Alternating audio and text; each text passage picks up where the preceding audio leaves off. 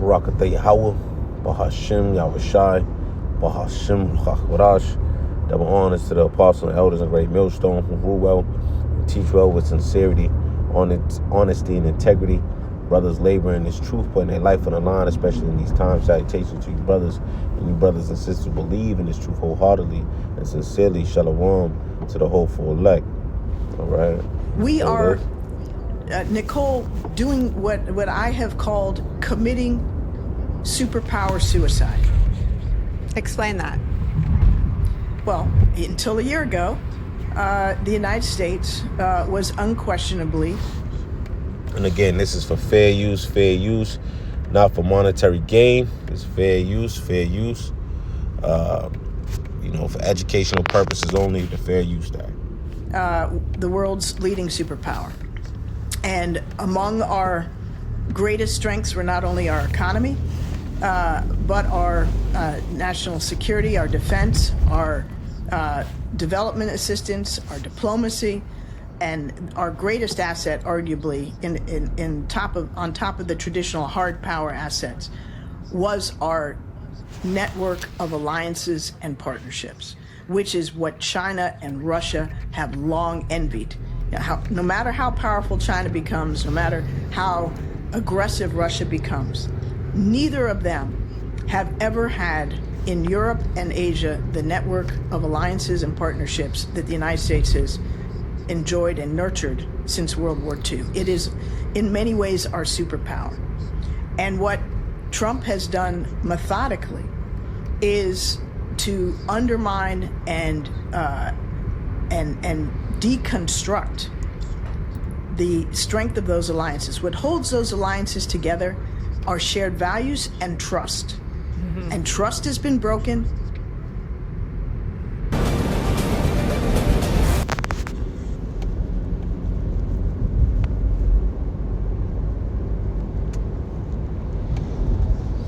Slocky. Just go a little bit more. We're back with. Yeah, so I'm gonna stop there. We may go back to that Slocky. Let me get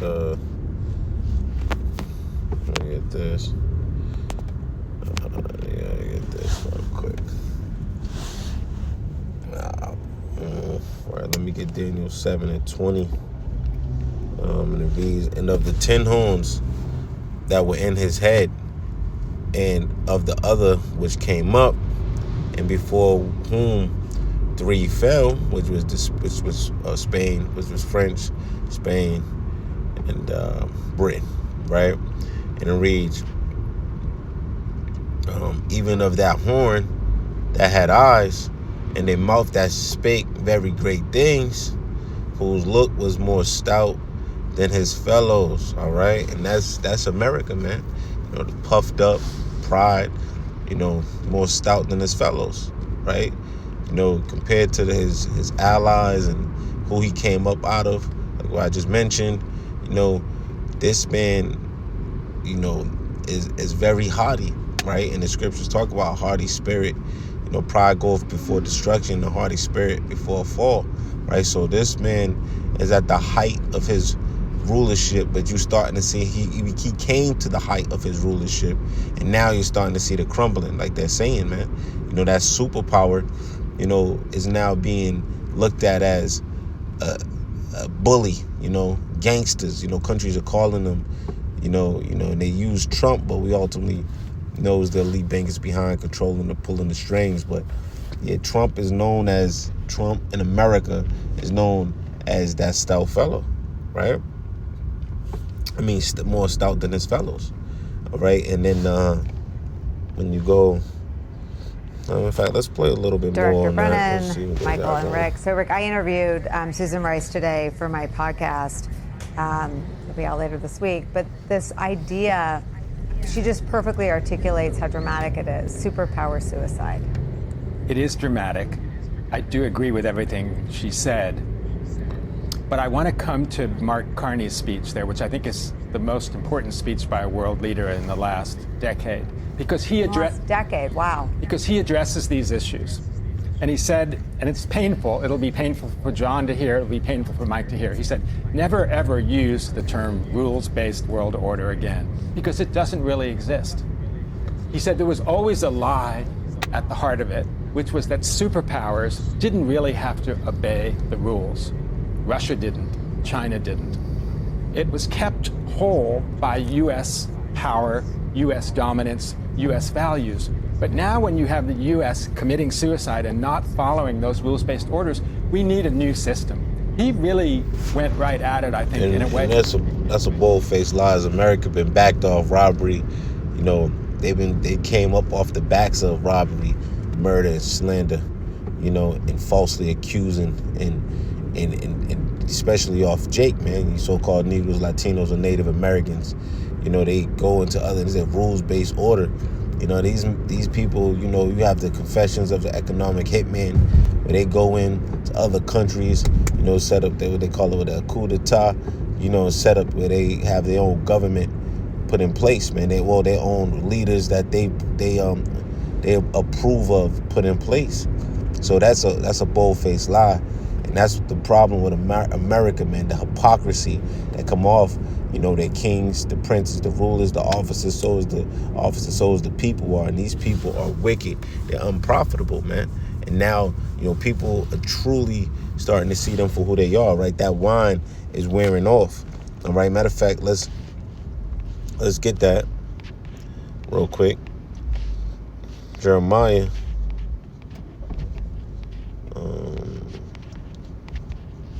51 and verse 7 reads, Babylon have been a golden cup in the Lord's hand that made all the earth drunken.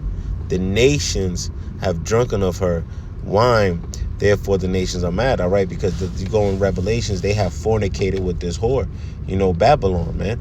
And she done made the nations drunken with her wine, with her philosophies, and coming into these alliances, you know, setting up, you know, these alliances. Not only, you know, they showed and proved America that they are willing to, you know, go against those alliances to have, you know, to complete their own agenda, man, to have, you know, complete, you know, a rule, basically to continue to reign supreme, continue to be that dominant superpower. But they're losing their grip, so that's why they're starting to move even more sloppy, and people are seeing who they really are, man. You know, even those of their own alliances, man, they starting to see who they really are. So you got this going on.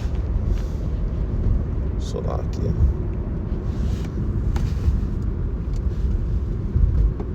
Slovakia.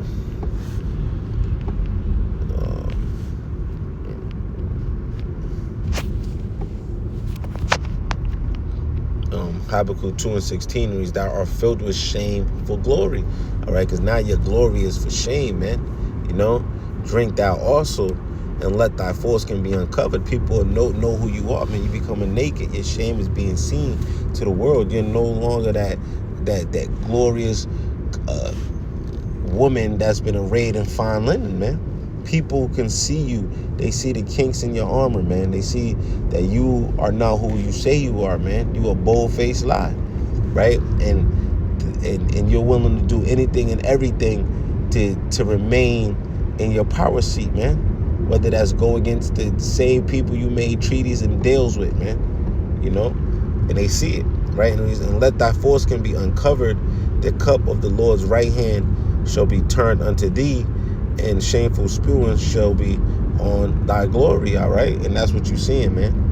All right, and these countries, you know, no longer, you know, want to put up with Babylon's bullshit, man. You got over there in Davos, Switzerland, at the World Economic Forum, you know, people are calling out Babylon, man. You see, so you're gonna start seeing this more and more as we get closer to the end of his rulership, of Esau Edom's rulership, you know, mainly here where he rules out of that hammer of the earth, America, all right? Babylon the Great, you know, so, you know, we just got to continue to watch and pray and continue to see, you know, that, you know, continue to warn our people, man, you know, it's high time to wake up out of sleep, man. our salvation is nearer than we believe. Because as this man goes down, there's going to be one rulership that's going to come up and replace this unprofitable king, man. And that's going to be Yahweh Hashem Yahushua, man. Yahweh Shah is going to rule, and it's going to be an everlasting kingdom. So these other superpowers that's under America, right, like Russia and China, they don't got next, man. You know how they say in here, and they say Israel got next, man. So these people are losing their marbles, man, because they know, they got their theologians, their philosophers on the job, man. They got their smartest people, which you so-called smartest people, listening to the prophets, because that's their smart thing to do. They know that they're not the true people, over there in the Amalek, over there at the tiny tops. They're not the true people, and they coming down with that great wrath, man, because they know they got a short time. So you're gonna see them start moving sloppier and sloppier, and these other nations positioning themselves, to be what the scripture says. Let me grab it real quick. Let me see.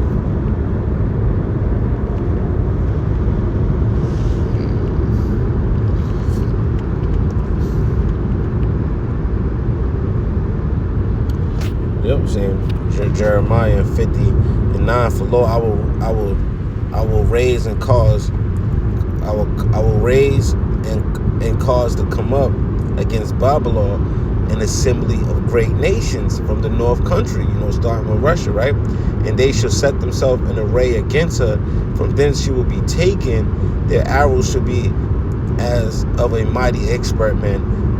None shall return in vain, all right? Because ultimately they're gonna blow this woman out the water, man. Literally, man. Right? When I say that, it makes me think about this.